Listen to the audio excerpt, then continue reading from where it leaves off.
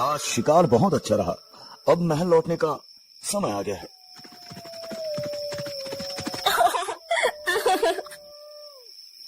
ये आवाज कहां से आ रही है? चलो देखते हैं।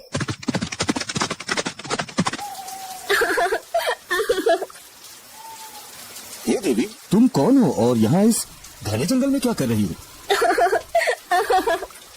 महाराज, मेरे पति ने मुझे यहाँ छोड़ दिया है। अब मैं क्या करूँ, कहाँ जाऊँ, कुछ समझ नहीं आ रहा। राजा ने देखा कि औरत बहुत खूबसूरत है। उसकी सुंदरता से मोहित होकर राजा ने उसे सहारा देने का निर्णय लिया। अगर तुम चाहो तो मुझसे शादी कर सकती हो और मेरे महल में मेरे साथ रह सकती हो। ठीक है महाराज, मुझे आपकी शरण स्वीकार है। औरत राजा की बात मानकर उनके साथ महल में चली गई।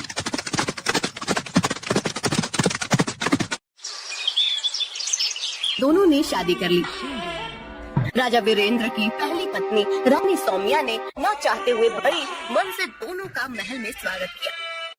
रानी सौम्या के 2 पुत्र थे, राजकुमार आदित्य और राजकुमार धीरेन। वो दोनों बड़े ही चंचल थे, परंतु छोटी रानी सुष्मिता के महल में आने के बाद से दोनों चुप से रहने लगे। हमें कुछ ठीक नहीं लग रहा। कुछ दिनों से राजकुमार आदित्य और राजकुमार धीरेन कुछ चुप से रहने लगे हैं। अरे बड़ी महारानी, आप व्यर्थ में चिंतित हो रही हैं। राजकुमार ठीक हो जाएंगे। हम वैद्यराज जी को अभी संदेश भिजवाते हैं। जी महाराज, आप कह रहे हैं तो हम मान लेते हैं। राजवैद्य दोनों राजकुमारों का इलाज शुरू करते हैं, पर दोनों की प्रकृति में कोई सुधार नहीं होता। ऐसे ही दिन बीतते जा रहे थे। कुछ दिनों बाद राजा भी बीमार पड़ने लगे। दिन पर दिन उनकी तबीयत बिगड़ती जा रही थी। महाराज, हमने हर संभव इलाज किया, लेकिन आपकी तबीयत में कोई सुधार नहीं हो रहा है। ये आखिर मुझे क्या हो रहा है? जब कोई सुधार नहीं हुआ तो राजा ने मशहूर वैद्य महर्षि चरक जी से मिलने का निर्णय लिया।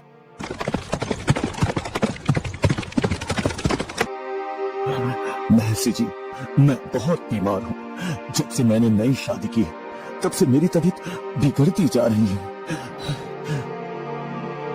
महाराज, क्या आप बता सकते हैं कि वो औरत आपको कहाँ मिली थी? महर्षि, वो मुझे जंगल में मिली थी जब मैं शिकार से लौट रहा था। महाराज, वो औरत नहीं, इच्छाधारी नागिन है। नागिन, उसके जहर के कारण ही आप बीमार हो रहे हैं। महाराज, मुझे विश्वास नहीं हो रहा कि मेरी नई रानी नागिन है। आप एक काम करें, महल जाकर हर जगह से पीने का पानी हटा दे और कुएं को ढक दे। फिर आधी रात को उसे कहे कि आपको बहुत प्यास लगी है और पानी चाहिए। देखना वो पानी कहाँ से लाती है। राजा ने वैद्य महर्षि चरक जी की सलाह मानी और महल में सभी पानी के बर्तन खाली करवा दिए और कुएं को ढकवा दिया। मुझे बहुत तेज प्यास लगी है, मुझे पानी दो। ठीक है, मैं पानी लाती हूँ। नई रानी बिस्तर पर लेटे लेटे ही एक गिलास हाथ में लेकर पानी ढूंढने लगी। उसने अपना हाथ बिस्तर से लंबा करके पूरे महल में पानी ढूंढा, लेकिन कहीं भी पानी नहीं मिला। फिर उसने अपना हाथ कुएं की तरफ बढ़ाया, लेकिन वहाँ भी पानी नहीं मिला। अंत में उसने अपना हाथ बहुत दूर नदी की तरफ बढ़ाया और वहाँ से पानी लेकर राजा को दे दिया। ये औरत तो सचमुच नागिन है। बिस्तर से उठे बिना नदी से पानी ले आई।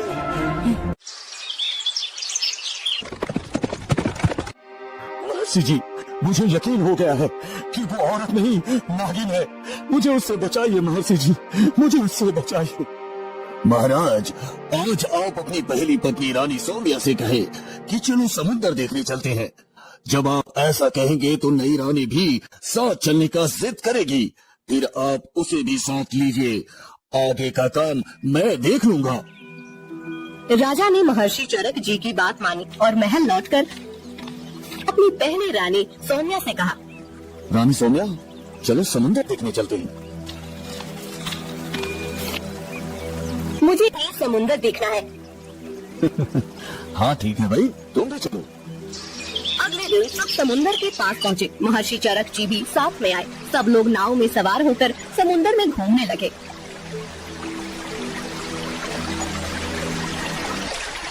ये समुद्र बहुत गहरा है। आज तक कोई भी इसकी गहराई का पता नहीं लगा पाया। मैं समुद्र की गहराई का पता लगा सकती हूँ। अरे जब बड़े बड़े तैराक और नाविक आज तक इसकी गहराई का पता नहीं लगा पाए तो तुम कैसे लगा सकती हो? ठीक है, मैं समुद्र में कूदने जा रही हूँ। जब मैं तल तक पहुँच जाऊंगी तो अपना हाथ हिलाऊंगी, तब आप लोग समझ जाना कि समुद्र कितना गहरा है। अच्छा ठीक है, करके दिखाओ। नई रानी समुद्र में कूद गई। उसके कूदते ही महर्षि चरक जी ने नाव को तट की तरफ भगाने का आदेश दिया। महाराज जल्दी से नाव को तट की तरफ ले चलिए, जल्दी करिए महाराज। और एक किस्म की दवा पानी में फेंकने लगे। नागिन ने जब समुद्र तल तक पहुंचकर हाथ हिलाया तो वह महर्षि चरक जी की दवा से पत्थर बन गई और वही जम गई। महर्षि आपने मेरी जान बचाई, इसके लिए मैं आपका हमेशा ऋणी रहूंगा महर्षि, हमेशा आभारी रहूंगा।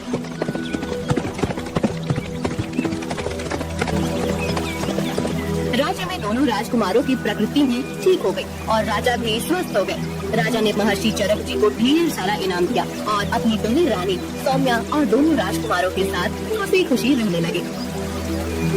कहा जाता है कि वह नागिन आज भी समुद्र तल में अपना हाथ हिलाती रहती है।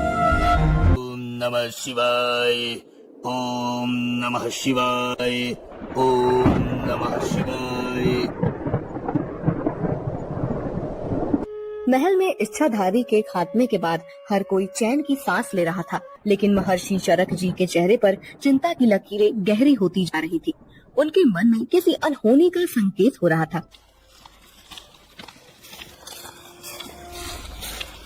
महाराज हमें ये सोचकर संतोष नहीं करना चाहिए कि वो इच्छाधारी नागिन को समुद्र में कैद करने से सब कुछ समाप्त हो गया। उसकी आत्मा इतनी सरलता से मिट नहीं सकती महाराज। क्या महर्षि आप क्या कहना चाहते हैं कि वो नागिन अभी भी हमारे बीच हो सकती है? हाँ महाराज, मैंने ध्यान लगाया था और मुझे आभास हुआ है कि उसकी शक्ति अभी भी इस भूमि पर विद्यमान है। ओम नागिनाय स्वाहा, ओम नागिनाय स्वाहा, ओम नागिनाय स्वाहा, ओम नागिनाय स्वाहा। दूसरी ओर समुद्र के गहरे तल में जहाँ नागिन की आत्मा को महर्षि ने एक पत्थर में कैद कर दिया था, वहाँ एक दुष्ट तांत्रिक ने अपनी साधना शुरू की थी। उसका लक्ष्य था नागिन की शक्तिशाली आत्मा को मुक्त कर उसके माध्यम से अपनी शक्ति बढ़ाना। ओम नागिनाय स्वाहा, ओम नागिनाय स्वाहा। तेरी शक्ति को मैं बुलाता हूँ। ओ नागिन, इस संसार में वापस आ, वापस आ। समुद्र की लहरें बढ़ने लगी। पानी में से एक तीव्र नीली रोशनी उभरने लगी। वह पत्थर जिसमें नागिन की आत्मा बंद थी धीरे धीरे फूटने लगा। अचानक एक भयंकर गर्जना के साथ नागिन पत्थर के बाहर आ गई। मैं मुक्त हो गई। इस संसार ने मुझसे जो लिया, अब मैं उसे वापस लूंगी। मैं तुम्हारी शक्ति के साथ इस दुनिया पर राज करूंगा, राज। तांत्रिक की योजना थी कि वह नागिन की शक्ति का उपयोग कर पूरे राज्य को अपने नियंत्रण में ले। ये तो संभव नहीं है तांत्रिक। नागिन ने अपनी कुटिलता से तांत्रिक को धोखा दिया। वह उसे मारकर उसके सारे जादू पर कब्जा कर लेती है।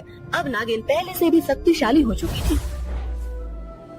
कोई भी मेरी शक्तियों को नियंत्रित नहीं कर सकता। अब मैं अपना बदला पूरा करूंगी और उस राजा वीरेंद्र को तबाह करूंगी जिसने मुझे कैद किया था।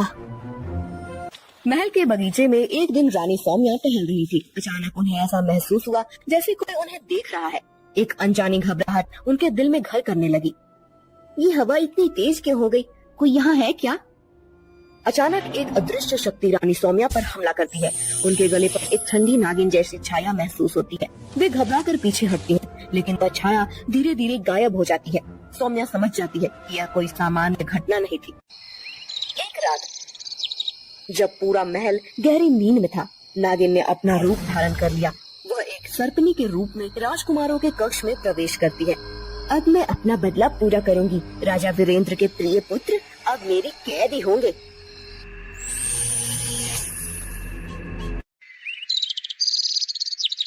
महल में कोई भी नहीं जान पाता कि दोनों राजकुमार गायब हो गए हैं। नागिन उन्हें जंगल के एक गहरे हिस्से में ले जाती है, जहाँ उसने पहले से ही एक खतरनाक योजना तैयार की थी। अगली सुबह महल में हड़कंप मच जाता है। आदित्य धीरेन कहाँ गए? पूरा महल छान मारो, ढूंढो उन्हें। महाराज, महारानी, दोनों राजकुमार अपने कक्ष में नहीं है और महल में भी कहीं नहीं मिल रहे। महाराज, मुझे डर है कि कहीं नागिन ने ही उन्हें न ले लिया हो।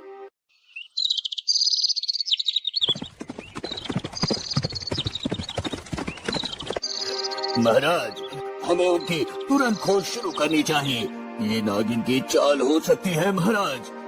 हाँ महर्षि, हमें उन्हें जल्द से जल्द खोज निकालना होगा। जंगल के एक गहरे और अंधकारमय स्थान में नागिन ने दोनों राजकुमारों को बांध रखा है। वह उन्हें मारने की योजना बना रही है। हमें छोड़ दो, हमने तुम्हारा क्या बिगाड़ा है? तुम्हारे पिता ने मुझे धोखा दिया, अब तुम दोनों उसकी सजा भुगतोगे। अरे नागिन, हमारे पिताजी को ये बात पता चली कि तुमने हमें कैद किया है तो वो तुम्हारा क्या हश्र करेंगे, पता है ना तुम्हें? हाँ। बच्चे, मुझे डराना बंद करो। तुम मेरे बदले का साधन हो और अब तुम्हारे पिता को अपने पापों का फल मिलेगा। महर्षि चरक जी राजा वीरेंद्र के साथ अपनी दिव्य शक्तियों और मंत्रों का सहारा लेकर जंगल के उस गुप्त स्थान तक पहुंच जाते हैं।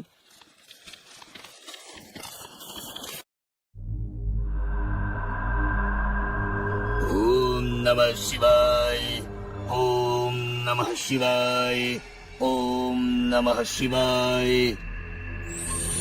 हे देवों के देव महादेव, इस दुष्ट आत्मा को बांधो। नहीं, यह नहीं हो सकता। तुझे मेरे बच्चों से दूर रहना चाहिए था नागिन।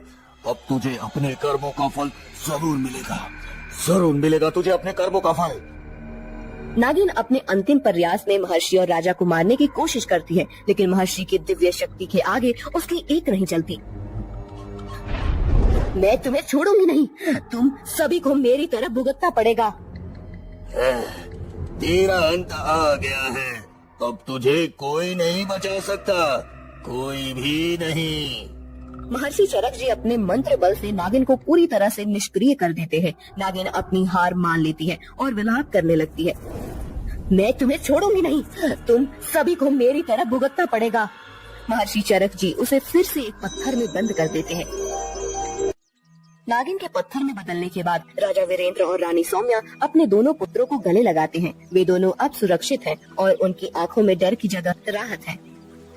पिताजी, हम बहुत डर गए थे पिताजी। अरे अरे धीरेन, अब सब ठीक है बेटा, अब तुम्हें कुछ नहीं होगा।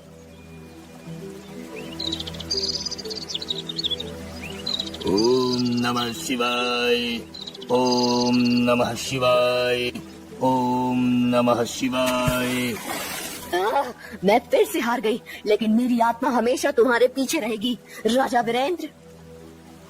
महाराज, अब ये दुष्ट आत्मा कभी भी किसी को नुकसान नहीं पहुंचा सकेगी। हाँ, हे महर्षि, आपने फिर से हमारी जान बचाई। मैं आपका ऋणी हूँ महर्षि, मैं आपका ऋणी हूँ। महल में फिर से खुशियों की बौछार होती है। राजा वीरेंद्र ने अपने दोनों पुत्रों की सुरक्षा के लिए एक बड़ा उत्सव आयोजित किया। महर्षि चरक जी को विशेष रूप से सम्मानित किया गया। आज हम सब महर्षि चरक के आभारी हैं। उनकी कृपा से हमारे राज्य की रक्षा हुई है। हाँ, नहीं महाराज, ये सब ईश्वर की कृपा और आपकी आस्था का परिणाम है महाराज। अब हमें किसी भी भय का सामना नहीं करना पड़ेगा और हमारे बच्चे भी सुरक्षित हैं। सब आपकी कृपा से महर्षि जी, सदैव आपकी ऋणी रहेंगे हम। इस प्रकार एक बार फिर से महल में शांति और खुशी लौट आई। लेकिन इस घटना ने सभी को यह सिखाया कि अच्छाई के सामने बुराई कभी टिक नहीं सकती। नागिन की आत्मा को हमेशा के लिए समुद्र की गहराई में कैद कर दिया गया था और वह कभी वापस नहीं आ पाई।